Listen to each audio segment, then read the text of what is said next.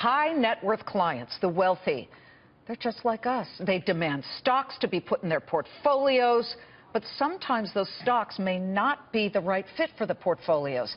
CEO of Kestra Private Wealth Services, Rob Bartenstein, is the guy who gets those calls from your high net worth clients, right? They've always have wish lists. What are they saying to you? Hi, Liz. Good to be with you. Their clients are talking about just the relatively low or absolutely low level of volatility in the market. What does that mean? They have questions about that. They have questions about the breadth. Is there any sector that's leading that they should be invested in that they're not? And in general, it always devolves back to how do their investments fit within their financial plan. So, okay, but let me just explain. It's a broad-based group. You have requests from them to be in Amazon, to be in Tower Semiconductor, and also right. the VIX. What are you trying to talk them out of on this list? Well, I think if we're going to try and talk anybody out of anything, it's probably the VIX. I mean, it's the lady from the commercial. That's not how this works. That's not how any of this works.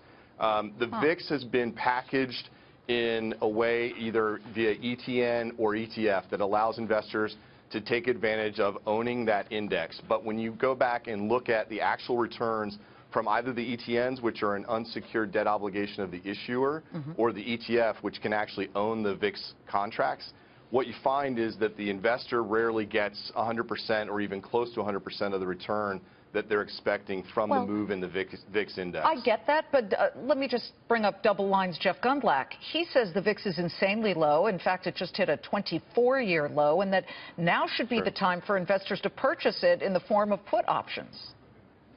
Yeah, I think that for a very large institutional investor, like he is, that's an appropriate approach to the market. I do not think, because we can't do it in a way that is cost effective, that it's really appropriate for the average investor. Here's what may surprise our viewers. You own Snap in these portfolios, and you want to buy more.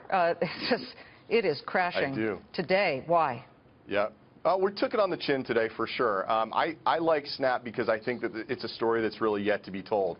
I believe in the leadership there. I think that what we will see is an evolution of a company that will grow in the very same way that Facebook did, not in the way that everyone expects, but they have a user cohort that is huge. That millennial generation, bigger than boomers, much bigger than my generation.